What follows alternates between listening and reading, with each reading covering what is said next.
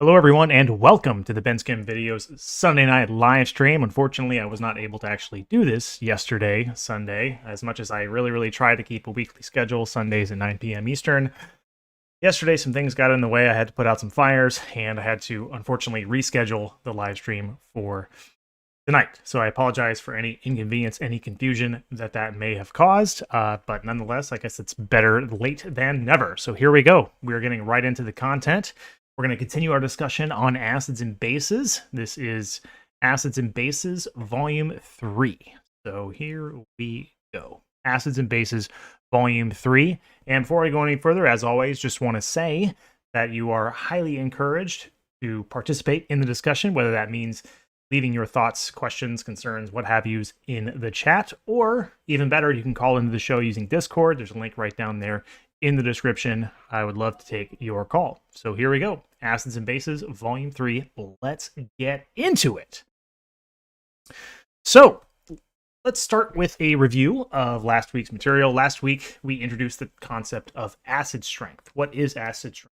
And we recall that we categorize acid strength into two broad categories, which are strong acids and weak acids. We listed off a couple of common strong acids like HCl, hydrochloric acid, or HBr, hydrobromic acid, and also a couple of common weak acids like acetic acid or hydrofluoric acid. So we talked about that, and we talked about what makes an acid strong versus weak. What exactly is the difference? And we said that the strong acid is something that ionizes completely in aqueous solution. I'm going to move myself over here just second, just out of the way. There we go. So a strong acid ionizes completely, while a weak acid ionizes partially in an aqueous solution, right? So basically, if you have an acid reacting with water, you're going to produce the hydronium ion, that's H3O+, and the conjugate base of that acid, right, A-. And notice that these two equations are essentially the same. The only difference is the symbol that is placed in between them. So in the case of a strong acid reacting with water, we have this single arrow pointing from left to right that indicates a complete reaction. All of the reactants are gone, and we have nothing but products. On the contrary, for weak acids, we have these equilibrium arrows that should be very familiar to you. Hopefully, you've been following along with my chemical equilibrium live streams. That's an equilibrium process indicating an incomplete reaction. We have some reactants left over, and we also have some products left over. So that's the difference between strong and weak acids. We also talked about the origin of acid strength, what makes an acid strong or weak, what makes some acids stronger than others, and recall that it's all about the attractive force between H plus or H3O+. Remember, those terms can be used interchangeably. It's all about the attractive force between the H plus and the conjugate base of the acid. So in the case of a strong acid, recall that we have a complete ionization, and the reason why we have a complete ionization of products is because the interaction between, or the attractive force between H plus and the conjugate base, which we're calling A-, is very weak. So in general, the stronger the acid, the weaker the conjugate base. And again, by conjugate base, all I mean is the species that is left over after that acid has donated a proton to a base. Because remember, an acid, that's the stuff that donates a proton. A base is something that accepts the proton from the acid. So strong acid, you got a weak attraction between H plus and the conjugate base of that acid. And then by contrast, for a weak acid, we have a very strong interaction between the conjugate base of the acid and H plus, which results in the partial ionization, the equilibrium process, if you will. So that's why some acids are stronger than others. We talked about that. And in addition to that, we talked about how can we quantify the strength of a weak acid. So let's say we have two weak acids. We want to know, of those two weak acids, which one is stronger and which one is weaker. And the way that we do that is by using something called an acid ionization constant, also called the acid dissociation constant. Looks like I got a message from Kai. It says, "Hi, Ben." Hey, Kai, welcome back. Nice to see you. Thank you for hopping in here. Appreciate it. So again, we quantify the strength of a weak acid using the acid ionization constant, or acid dissociation constant, with the symbol capital K subscript A.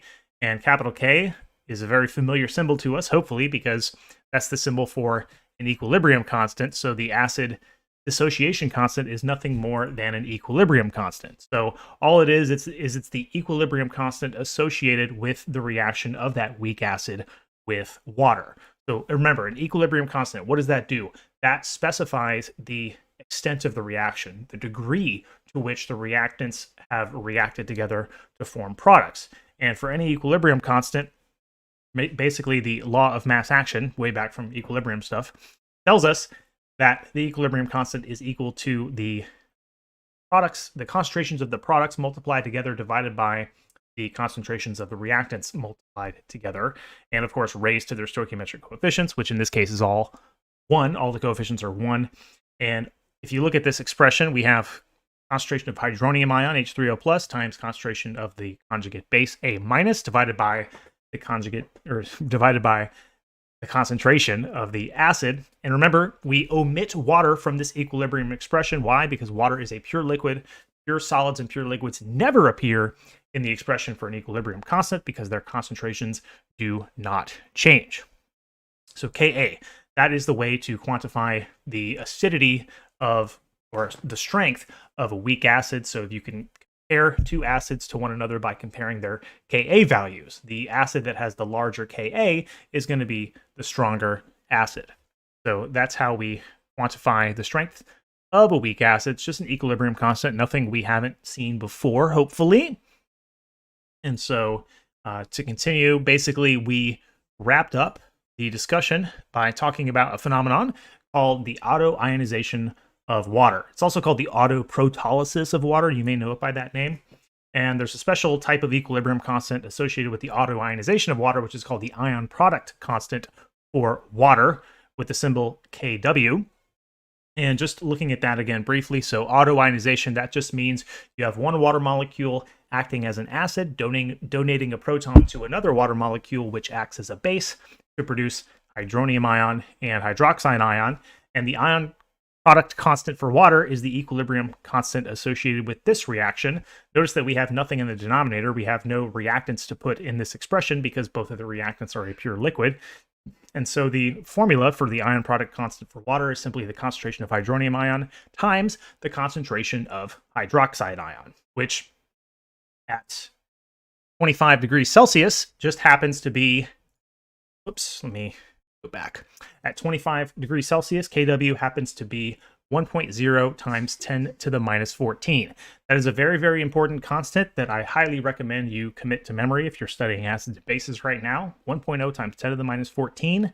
That is the ion product constant for water, or Kw, at 25 degrees Celsius. So that means that if you have a neutral solution in which the concentration of hydronium is equal to the concentration of hydroxide, that value is going to be 1.0 times 10 to the minus 7.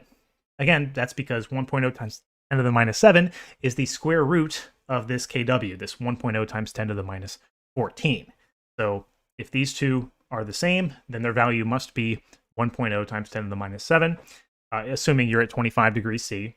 And if you have an acidic solution, let's say you throw an acid in some water, then the concentration of hydronium, H3O plus, is going to go up, and it's going to be greater than the concentration of your hydroxide ion. And if you have a basic solution, then the opposite will happen. The hydroxide concentration will go up, the hydronium will go down. But the product of the hydronium and hydroxide concentrations, when you multiply those two together, if you're at 25 degrees Celsius, the product must be Kw, 1.0 times 10 to the minus 14. So let's say if you have a glass of water, you throw some acid in there, hydronium ion concentration goes up, the hydroxide ion concentration must fall down to a value such that when it's multiplied by that new hydronium ion concentration, the product of that multiplication ends up being 1.0 times 10 to the minus 14. And again, that is assuming that we're at a temperature of 25 degrees Celsius, which is a very, very commonly reported temperature for acid-base type of problems. So that's autoionization of water. So today, we are going to talk about something that you are probably quite familiar with, and that's called the pH scale. So pH, as you probably already know, is a way to specify the acidity of an aqueous solution. And for chemists, it's quite a convenient way to specify the acidity of an aqueous solution. And I put convenient in quotes because it's only convenient if you understand what a logarithm is. So you may not have looked at logarithms in your mathematics classes recently, maybe it's something that you learned a while ago and you kind of forgot about it, but you absolutely must be familiar with logarithms in order to understand what pH is. So let's talk about it. So the pH of an aqueous solution is given by this formula right here, where pH is equal to the negative logarithm of the hydronium ion H3O plus concentration. pH equals negative log of the concentration of H3O plus. So just before we go any further plugging values into this formula, solving for pH and things like that, I just want to make sure we are all on the same page about what a logarithm is. So a logarithm, in this case, logarithm that we're using is called the decimal logarithm, which means it has a base of 10, a base 10 logarithm. So if I take the logarithm of some number x, what I'm looking for is the number to which 10, our base, must be raised to obtain whatever number we're trying to take the logarithm of. Okay, so this is how it works. If we take the logarithm of, let's say, 10, that value is 1. And the reason why is because 10 to the 1 power is equal to 10, the number that we're taking the logarithm of, right? If I take the log of 100, the base 10 log of 100, that's going to be equal to 2. Why? Because 10 to the second power, 10 squared, is equal to 100. If I take the log of 1,000, that's going to be 3, because 10 to the 3 is equal to 1,000. And let's say if I take the logarithm of a small number, like 0.01, that value is going to be minus 2. Why? Because 10 to the minus 2 power is equal to 0.01. So again, the logarithm, the number to which 10 must be raised to obtain x, to obtain that number that we're taking the logarithm of. Okay, so very, very important that we all are on the same page with that. So I hope you're finding value in this stream. If you are, please do me a solid, smash that like button. And if you're feeling super generous, considering a super chat. And also, this is something I don't talk about very much, but if you know anybody at all who could benefit from this type of content, please share the content. Send them my way. I would be honored. All right, so let's continue the discussion. Now that we're up to speed on what a logarithm is, now we're in a pretty good position where we can bang out some pH calculations. But before I do, I just wanted to show you this little graphic here. So this is basically a graphic representation of the pH scale. In this image, it's shown ranging from 0 to 14, although it is possible to have a pH that's less than 0 or greater than 14. It's entirely possible. So these are all the pH values from 0 to 14. And these are all down here are all of the associated hydronium ion concentrations associated with each one of these pH values. So let's say if we have a pH of 11, that means our hydronium concentration is 10 to the minus 11. If I have a pH of 2, that means that our hydronium ion concentration is 10 to the minus 2. Again, pH is just the negative decimal logarithm of the hydronium ion concentration. So usually it's reported like this, where it's shown from 0 to 14. I don't know exactly why. Like I said, it's possible to have a negative pH. All that means is that your hydronium ion concentration is greater than 1 molar, which happens all the time. I mean, if you get a stock solution, a concentrated solution of HCl from a vendor, that solution is actually going to be 12 molar. So it's going to have a very, very negative pH. So yeah, don't be fooled into thinking that it's only from 0 to 14, because it's entirely possible to go outside of that range. So, all right, I think we're ready to move forward and get to work on a couple of practice problems. By the way, if anybody has any thoughts or feedback they want to offer at this point, please send it in the chat or call in via Discord. I would highly appreciate that. Okay, let's see if we can do a problem. So this problem is asking us to find the pH of a solution with a hydronium ion concentration of 1.2 times 10 to the negative 3 molar. So what we're going to do is we are going to take this to the whiteboard. Give me just a moment here. I'm going to copy the problem down, paste it into the whiteboard, open up the whiteboard. There we go. Okay. Should have it. Yep, there it is right there. Going to enlarge it. Okay, so we're finding the pH of a solution whose concentration of hydronium ion is 1.2 times 10 to the minus 3 molar. Here we go. So all we have to do, again, is to recognize the formula for pH, which, again, pH is the negative logarithm of the hydronium ion concentration, H3O+, right? So all we really have to do is just take the negative logarithm of 1.2 times 10 to the minus 3 molar. So it's at this point that I must tell you that it is very, very important to know your calculator. Be very familiar with the calculator that you're using, especially if you're going to be taking a test. You don't want test day to be the first day that you use your calculator. Not all calculators are created equal. Calculator that I use, I really like because I get to input the entire expression on a single line and I get to edit it and go back and all that kind of stuff. That's the kind of calculator that I use, but just make sure you are familiar with the calculator and you are telling the calculator to do what you actually want it to do. So chances are your calculator has a logarithm button, so make sure you're familiar with how to use it. So if anybody has the answer to this, I would love to hear it. Otherwise, I guess I'm just going to write in what it is.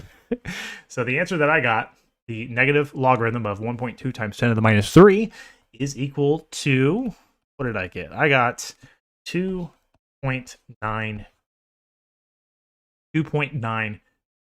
Now, there's something else that I wanted to say about this, and it has to do with the performing calculations using logarithms and reporting the correct number of decimal places and significant figures. So I bet you thought that significant figures would probably never come back at this point, but the truth is sig figs are always important when doing chemistry calculations.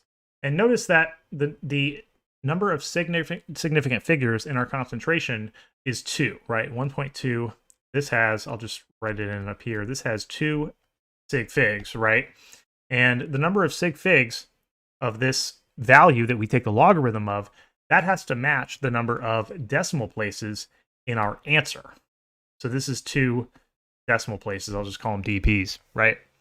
So the number of decimal places in our answer when we take the logarithm of something has to match the number of significant figures of whatever we took the logarithm of, if that makes sense. So 2.92 is the pH value that I got. So this is an acidic solution, right? Its pH is less than 7. 7 is neutral. So there we go. All right. So that's an example of one problem. And I'll go ahead and delete that. I'm just going to paste the next problem in here. I'll just go straight to the PowerPoint and get it myself. Don't have to bring you back to the PowerPoint. Paste it in here. So okay, here we go. All right. So here's our next problem. So this is going to be kind of like going the other direction. So the previous one, we were given hydronium concentration. We were asked to find pH. Now we're going to go the opposite direction. We're given pH, and we are expected to find the hydronium ion concentration. So it says find the hydronium concentration of a solution with a pH of 9.23. So again, I always like to start these things by using the formula, right? So pH, of course, is the negative log of the concentration of H3O+. And then what I like to do is I like to just algebraically rearrange the equation until I've isolated the variable that I'm looking for, which in this case is concentration of H3O+, and then plug the numbers in, and we're good to go. So if pH is equal to the negative log of H3O+ concentration, then that must mean that the log of H3O+ positive is equal to negative pH, right? So literally all that I've done here is I've taken this equation up here, the formula for pH, and I've multiplied it by -1 to arrive at this equation here. Log of H3O+ is equal to minus pH. So now the question becomes, how do we get rid of this log to get just the H3O+ concentration all by itself? And the answer is we must raise 10 to the power of both sides of this equation. So what I'm going to do is I'm going to take 10 and I'm going to raise it to this whole thing. And I'm going to take 10 and I'm going to raise it to that, right? So that's how I'm going to do that. So if I take 10 and raise it to the log of something, that is equal to whatever that something is. So in this case, the H3O+ concentration. So I'll just write that general formula up here. If I have 10 to the power of log x, that's just going to be equal to x, right? That's just how logarithms work. And so what I'm going to end up getting is the concentration of H3O+ is equal to 10 to the negative pH. So our pH is 9.23, so that's going to be 10 to the negative 9.23. And if I put that into my calculator, what I will end up with is 5.9 times 10 to the minus 10. And that's molar, of course, right? Moles per liter. So 5.9 times 10 to the minus 10 is my hydronium ion concentration for an aqueous solution that has a pH of 9.23. And notice also that my significant figures are what they should be. I have 2 sig figs in my answer. I have 2 decimal places right here. So in this case, we're going in the opposite direction, where the number of decimal places in what we started with has to match the number of sig figs that we ended up with. So what we did was we essentially, you may be familiar with the term anti-log, right? It's like the opposite of a log, going the opposite way. So when we calculated pH, we used a logarithm. When we start with pH to calculate concentration, we use an anti-logarithm. So if you're going from, if you're using an anti-logarithm to go from pH to concentration, then the number of sig figs in your answer must match the number of decimal places in what you started with. So, all right. So we're going to do, I think, one more problem before we move on and introduce another concept. So here it is. Let me just grab it real quick. Actually, what I'm going to do is I'm just erase all this stuff. There it goes. So here we go. Start out with a new problem. All right. This problem's a little bit trickier. I'm trying to do these things, trying to slowly increase the difficulty and complexity of the problems. So this says to find the pH of a solution in which the hydroxide ion concentration, the OH minus concentration, is given. And it happens to be 6.9 times 10 to the minus 9 molar. And of course, it specifies that we are at that we are at 25 degrees Celsius, which is actually pretty important for doing this problem.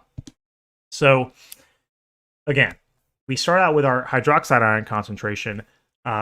We're nowhere near ready to take the pH, at least in one step, because the pH is the negative log of the hydronium concentration. So we have to be able to figure out how to get the hydronium H3O plus concentration somehow from the information that we are given.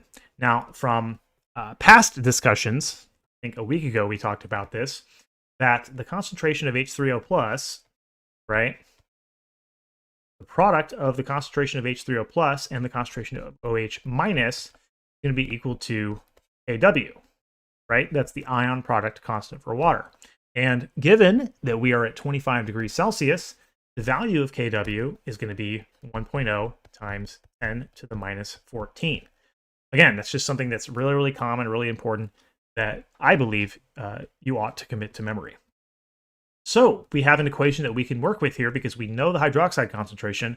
We know what Kw is because it's always the same thing at 25 degrees Celsius, 1.0 times 10 to the minus 14. So we're in a position now where we can solve for the hydronium ion concentration and then take the negative log of it to get the pH, right? That's what we need to do, right? So in order to solve for concentration of H3O plus, I'm going to divide both sides of the equation by the concentration of hydroxide ion. So that's going to look something like this. Concentration of H3O plus is equal to 1.0 times 10 to the minus 14 divided by concentration of OH minus, which in this case, concentration of OH minus is 6.9 times 10 to the minus 9. So this is one of those moments where we're going to put our calculator skills to the test here, make sure we can perform this calculation. I'll put this whole thing in parentheses up here, put this whole thing in parentheses down there, make sure we're doing our calculations 100% correctly. And so the value that I got for the concentration of hydronium ion, anybody who is watching would like to chip in with their answer. Don't be afraid of getting it wrong. I get these things wrong all the time. We're all only human after all. The value that I got doesn't look like anybody's answering. So the value that I got, what was it? It was 1.4 times 10 to the minus 6. Now, I encourage you guys to follow along and do these together while we're doing it, because there's always a chance that I made an error in my calculations. It's actually pretty likely because I don't really get much sleep and I'm always making mistakes. So I'm relying on you guys to catch me when I make a mistake. Try not to make any, but stuff happens, right? So we now know what our concentration of hydronium ion is. And so if we want the pH, all we need to do is simply take the negative logarithm of it, right? The negative base 10 logarithm of 1.4 times 10 to the minus 6, right? Whatever answer we end up with is going to have 2 decimal places because 2 is the number of sig figs in this original value here. So what are we going to get? Well, I got a value of 5.85. 5.85. So just to wrap up, what we did with that calculation was we started by understanding the relationship between hydronium ion concentration and hydroxide ion concentration, and that the product of those two is always going to be equal to 1.0 times 10 to the minus 14 at 25 degrees Celsius. From there, we were able to plug in our value for OH minus concentration, solve for the H3O plus concentration, and then once we had that, it was just a matter of taking the negative decimal logarithm of it to get our H. So practice, practice, practice makes perfect, obviously. Well, not perfect, but better. Practice makes probably never be perfect kind of thing. I'm not. Anyway, so yeah, the point of this is doing practice problems over and over again. Also, becoming very, very familiar with how your calculator works is very important for doing a good job on these types of problems. So what we're going to do is we're going to take it back to the PowerPoint real quick. I got a couple more concepts to sort of introduce before we wrap things up. It's going to be a fairly short stream because I think pretty soon we'll be at a good stopping point. And then the next week's live stream is going to be pretty thick. It's going to be pretty thick with some pretty long, elaborate, complicated equilibrium type of problems like we did during the last live stream series. So, okay, so now we're going to talk about something called the pOH scale. So we talked about pH, so it's only appropriate that we also talk about pOH. So the pOH scale, it's very, very similar to the pH scale, but it's just simply defined with respect to the concentration of hydroxide rather than the concentration of hydronium. So pH was the negative log of hydronium ion concentration. pOH is simply the negative logarithm of the hydroxide ion concentration. So literally all you do is you just take out H3O plus, you put an OH minus into this formula, and voila, you've got the formula for pOH. Now, we understand the relationship between hydronium and hydroxide ion concentrations, right? The product is always equal to Kw.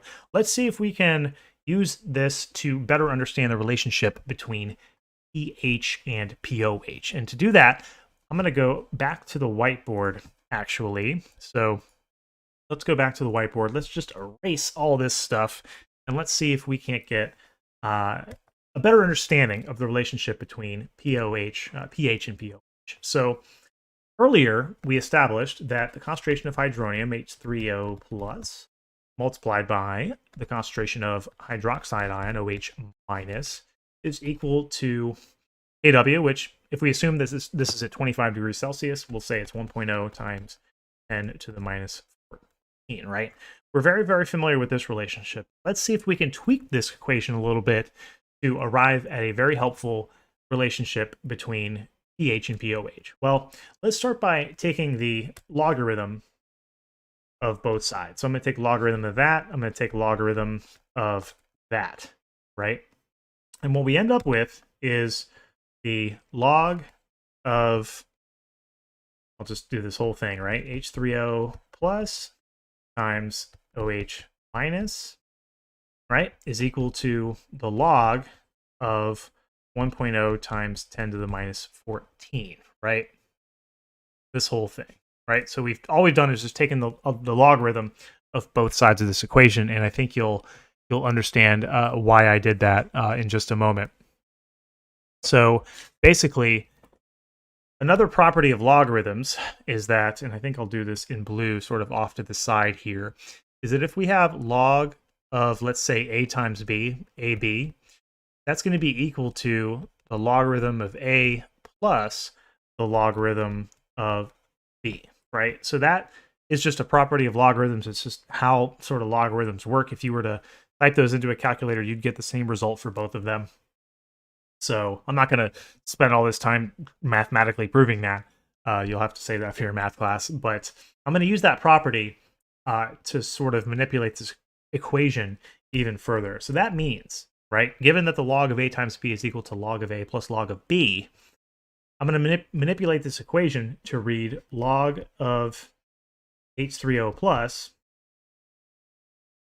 plus log of OH minus, right, is equal to the log of 1.0 times 10 to the minus 14, right? And log of, oh, somebody just subscribed. Katie, thank you, Katie. Appreciate it. Awesome. So log of 1.0 times 10 to the minus 14, that's simply going to be negative 14, right? The logarithm of 10 to the minus 14, the number that 10 must be raised to get 10 to the minus 14 is just minus 14, right? So now I can manipulate this equation one more time.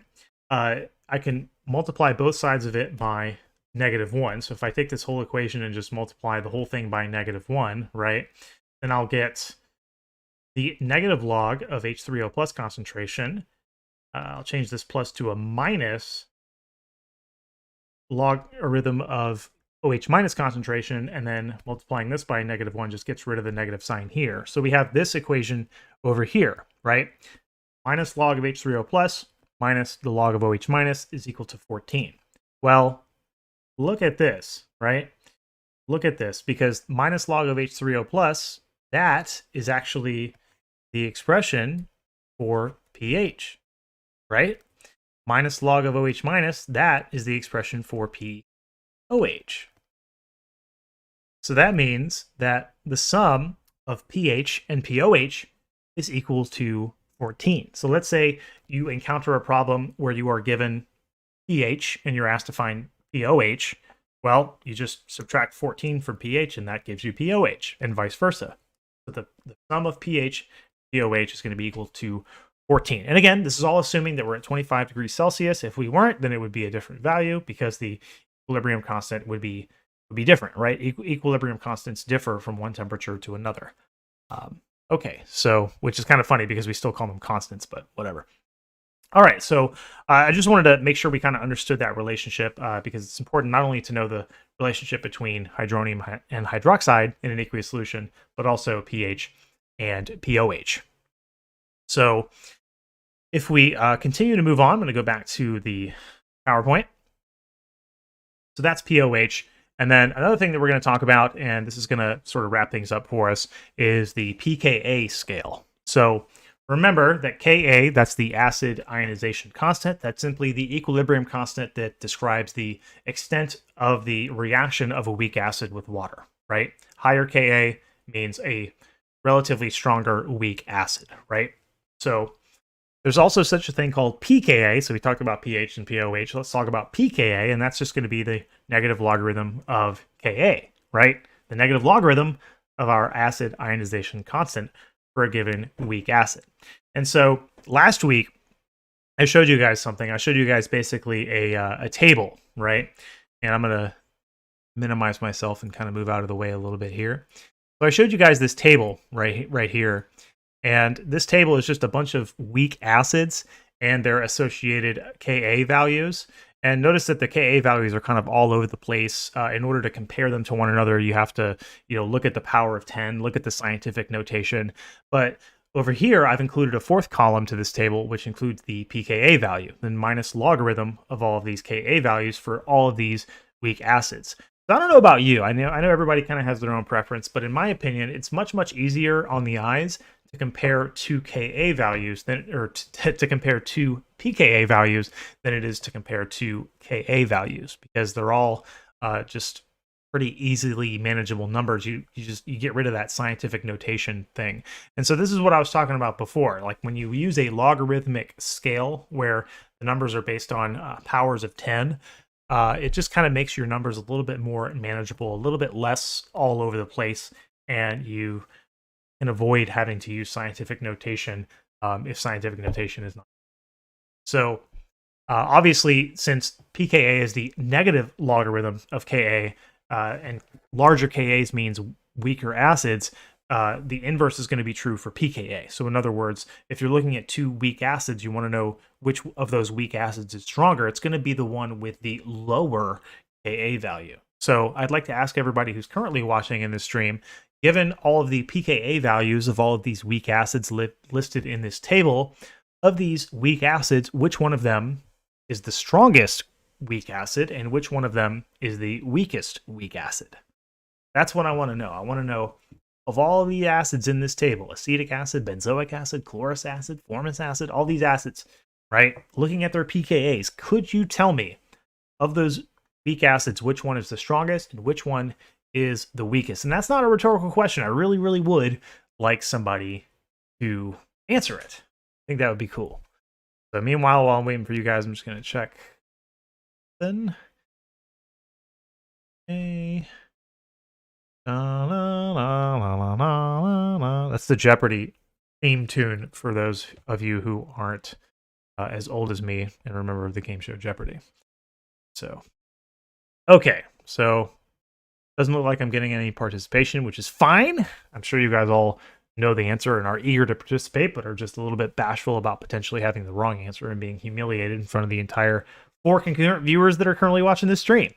Anyway, so if I want to know which of these acids is the strongest, and again, they're all weak, right? They all ionize partially. None of them ionize completely, but the degree of partial ionization is different, and those the pKa is basically just a compact way to specify that.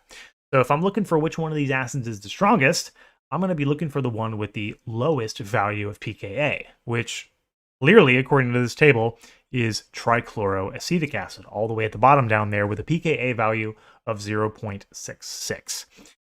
Conversely, if I want to know which of these weak acids is the weakest, well, I'm going to be looking for the one with the highest pKa value. So of these, which one has the highest pKa value? Well, it looks to me like that would be this guy right here. That would be phenol. And by the way, I don't know if you can see my mouse cursor. There it is. Sorry about that. I don't always know if you guys can see my mouse cursor. It's just something that kind of falls off my radar. But yeah, phenol, PHENOL, right? This guy right here. This has a pKa of 9.8. That's significantly higher than all of the other pKa's for all the other acids in this table. So that's the weakest of these weak acids. So, all right, guys, that is going to be it for the stream. Thank you guys so much for watching and for participating. I wholeheartedly appreciate it. Again, I apologize for having to reschedule this from last night, which is Sunday, to tonight, which is Monday. Starting next week, hopefully going to get things back on track, doing these things Sunday nights at 9:00 p.m. Eastern Daylight Time. And in our next video, we're going to talk about how to calculate the pH of a strong acid solution, how to calculate the pH of a weak acid solution. For strong acids, very easy. For weak acids, it's much more difficult. We have to invoke all of the concepts that we learned from chemical equilibrium. So make sure, if you are interested in joining me for the live stream next week, that you kind of bone up on your chemical equilibrium. Make sure you have a rock solid understanding of it, because we're going to be doing very similar long-winded equilibrium type problems to find pH of a weak acid solution. All right. Thanks again, everybody. Love you guys. Take care.